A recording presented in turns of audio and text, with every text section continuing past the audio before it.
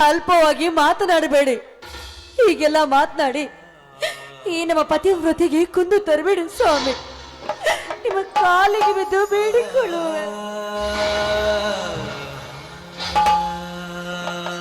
ನನ್ನ ಪಾದ ಮುಟ್ಟದರು ಹೇಸಿಗೆಯನ್ನು ಪವಿತ್ರ ಗಂಗೆ ಎಂದು ನನ್ನ ಕಣ್ಣೆದುರಲ್ಲಿ ನೀವಿಬ್ಬರು ಮೆನ್ನ ನೋಡುಕೊಡಿ. ಗಂಡನ ಕಣ್ಣಿಗೆ ಕೆಂಡು ಹೋಗಿದ್ದು ಸುಡ್ತೀರಾ ಬಂಡೆ ಸೋಳೆಯರೇ. ತಂದೆ ತಾಯಿಗಳೆಲ್ಲ ತಪ್ಪಲಿ ಎಂದು ನಿಮ್ಮನ್ನು ನಂಬಿ ಮದುವೆಯಾಗಿ ಬಿಟ್ಟರೆ ನನಗೆ ಸರಿಯಾದ ಶಿಕ್ಷೆ ಕೊಟ್ಟು ಬಿಟ್ರಿ. ಹೇಳಿ, ಯಾರ್ಯಾರೋ ನಿಮ್ಮ ಪ್ರಿಯಕರರು? ಮಾವ, ಏನು ಅರೆದ ನಮಗೆ ನಿಮ್ಮ ಪ್ರಿಯಕರ ಯಾರು ಅಂತ ಕೇಳಿದ್ರೆ ನಾವೇನೆಂದು ಉತ್ತರ ಕೊಡಬೇಕು ಗೊತ್ತಿಲ್ಲ ಮಾವ. ವಿಷಯವನ್ನು ಗೊತ್ತಿಲ್ಲವೆಂದು ಗತ್ತಿ ನಾಟ ಹಚ್ಚಿ ನೆಪ್ಪತ್ತಿಗೆ ಮಾಡಿಬಿಟ್ಟ ನಿನ್ನ ವಂಶೋಚೋತಿಯನ್ನು ನನ್ನ ತಮ್ಮನ ಮಡದಿಯಾಗಿ ಬಂದು ಗಂಡೆ ಬಟ್ಟೆ ಸೋಳಿಯಂತೆ ಬಂಡೆತನದ ಸೋಳಿಯಂತೆ ಕಳೆದ ಬಿಟ್ರೆ ನನ್ನ ರೈತ ಮನೆತನದ ಮರ್ಯಾದೆಯನ್ನು. ಮಾವ, ಅಂತ ಹೇಸಿತನದ ವೇಷ ಹಾಕಿ ನಮ್ಮ ಗರಿತಿತನಕ್ಕೆ ಕುಂದು ನಾವ್ಯಾವತ್ತೂ ತಂದುಕೊಂಡಿಲ್ಲ.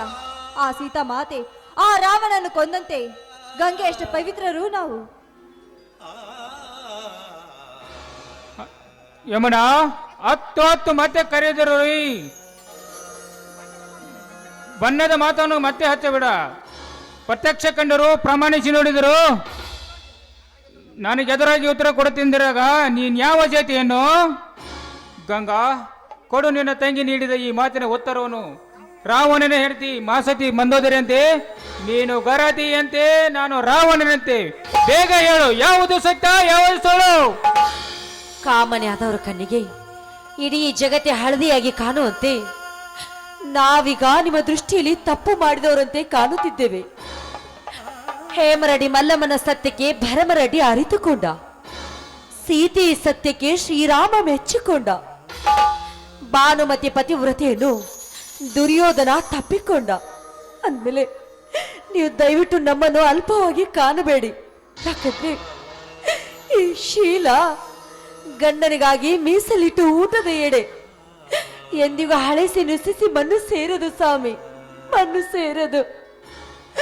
ನಾವೀ ಕನ್ನಡ ತಾಯಿ ಉದರದಲ್ಲಿ ಜನಿಸಿದ ನಿಜ ಗರತಿ ಭಾರತೀಯರು ಸ್ವಾಮಿ, ನಿಜ ಗರತಿ ಭಾರತೀಯರು. ಸುಳ್ಳು ಸುಳ್ಳು ಸುಳ್ಳು, ನಾನಿದನ್ನು ನಂಬಲಾರೆ. ಪತಿಗೆ ಮೋಸ ಮಾಡಿದ ಪಾಪಿಗಳು ನೀವು. ಸ್ವಾಮಿ, ಇದೇನು ಬಾಬಾ ನುಡಿಯೇ ಬೇಡ ಈ ಅಪವಿತ್ರ ಶಬ್ದ, ಯಾಕಂದ್ರೆ ಅದು ನನ್ನ ಹೊರ